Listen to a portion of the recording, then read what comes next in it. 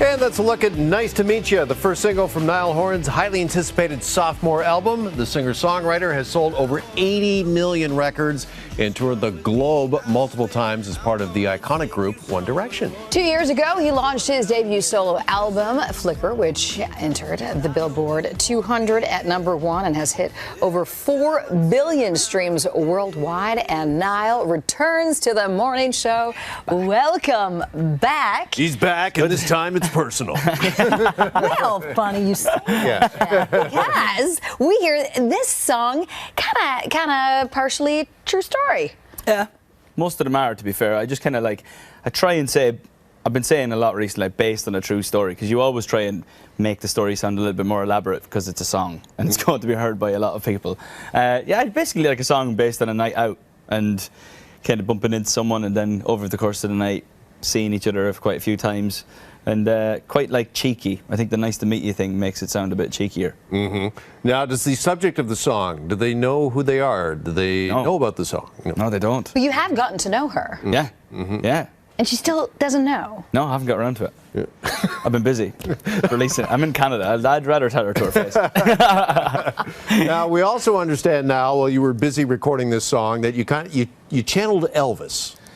Yeah, well, I ended up I think you can hear it in the where the register is when I sing it. It sounds quite deep, and I found myself closing my eyes, kind of standing in some sort of Liam Gallagher stance with my hands behind my back, and just kind of getting into Elvis, cocking the lip and the eyebrow and all that. And then I was kind of they were telling me to chill out, don't get too Elvis-y, or you'll sound like you're copying him. But well, how did you get into the Elvis character? Were you in the studio in a jumpsuit? Or? No, I didn't go that far, but I was definitely trying to be quite rock and roll. But it's one of them songs that makes you, the minute you hear the riff and stuff, it makes you want to get into character for some reason, which I really like. It's quite a cool thing about what a song can do to you. And you also become a bit of a Frenchman in the song. He's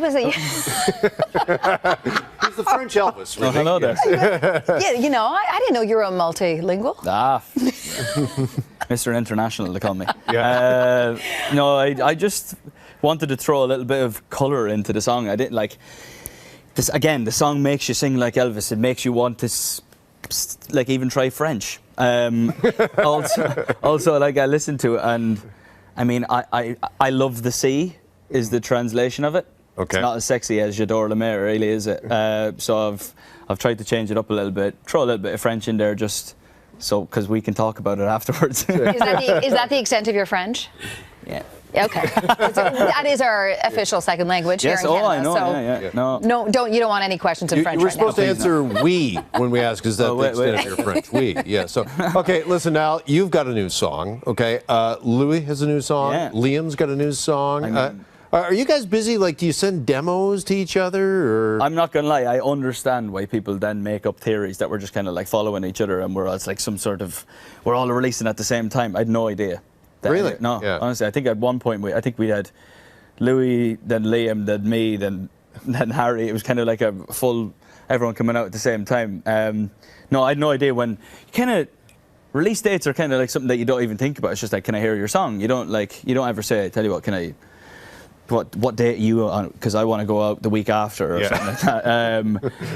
No, we have. I hadn't really heard any of the lads' music, to be honest, because you're always in the studio, and then if something pops up, you're like, all right, I like that, I'm going to release that. Yeah. It doesn't it's not really overthought. It's not. Now, are you excited when you hear the other guys' new music? Oh yeah, no, I'm delighted for Louis.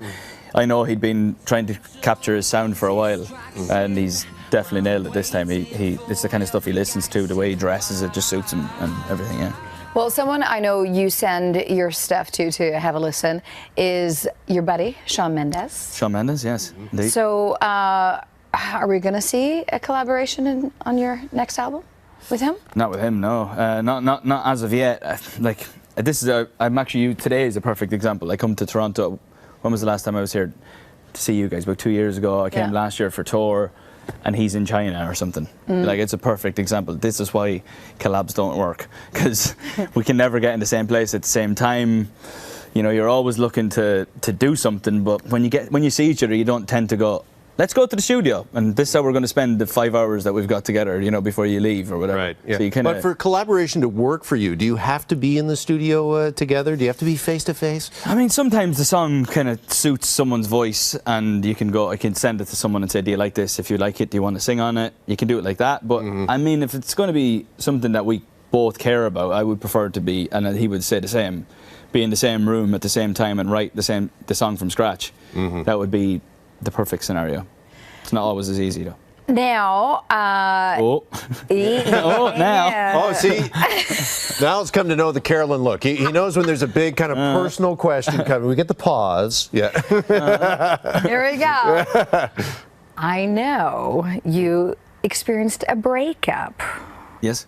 before starting to write for this new album. So, did that change the vibe at all? Yeah, no, well, I had an idea what I wanted the album to sound like before I broke up, and I just felt like I needed to bring a little bit more tempo to it. I'd spend a year touring. I know what the crowd want. You know, when you look out, I can just feel what they want more energy from me, because I'm quite an energetic fella, but stood on stage going like this for 2 hours. Yeah. You know what I mean? So I just felt like this time I could ramp it up a little bit. Heartbreak happens, and then you find yourself writing a lot more sad songs. So across the board, it's quite well balanced. Yeah. Or maybe sometimes they're sad songs dressed up as happy ones. Okay. You know what I mean? Well, you mentioned being out just kind of strumming your guitar on stage. How was it for you out there? You were out on tour, what, 18 months? I think it was? Basically, yeah. And a half, yeah. How did that tour differ from, say, when you were out with 1D? A completely different thing, you know. One day it was manic. You know, everything about it was crazy. The crowd was mad. The light show, the whole idea, the staging, how the set looked, it was, you know, set up for madness, you know. And this, on my tour, it was a little bit more chilled out, and, you know, regular stage, rugs like that one over there on the floor, low level orange lighting for effect, and some sad songs. So it definitely differed, but I learned so, like, it's only something that I've thought about recently since I've been asked about it. I learned so much on touring, when I was touring, than I thought I did, you know, so much more. Because you feel the crowd every night, and you know what people then expect you to do next, and the energy, and what songs make them sad, what songs make them want to rip the roof off the venue, and what you can give them more the next time you do it. Yeah, what's the pressure like when it's just you, though? How was that different, that dynamic? No, I mean, there was no doubt to become a front man, you know, when I used to be one of, you know, 4 or 5, it's a totally different thing. But it's something that I've, you know, since I was a child, you know, I stood in the mirror trying to be Bruce Springsteen or whatever. I always wanted to be part of a band, but, you know. Always look in the mirror wanting to be. One Direction. Well, you're doing well. Look great. I failed horribly, but I tried. Last time you were here, we talked a little bit about golf. Yes. Because we know how much you love it. I do. So we have a proposition. Oh, no. Next. Because, listen, Niall Horan and I have a lot in common, obviously. Other than the fact you're about 40 million streams ahead of me on Spotify. You and I are both golfers. Right. Yeah. I mean, I know you're good friends with Rory McIlroy. But what's it like, by the way, golfing with Rory McIlroy? Like, when you're standing over a shot and you're there with, like, basically the world's #1 player. You're just glad you're mates with them at that point, so they don't care.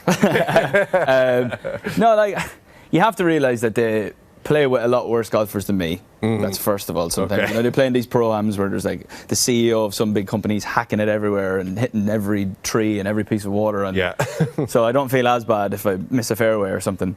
And then you just have to sit back and watch. You have to remember that your friend. It's like your friend who's really good at golf. And then you look at the scorecard. It's not so much watching it; it's more the scorecard. When you look and you're like, "That dude's 7 under.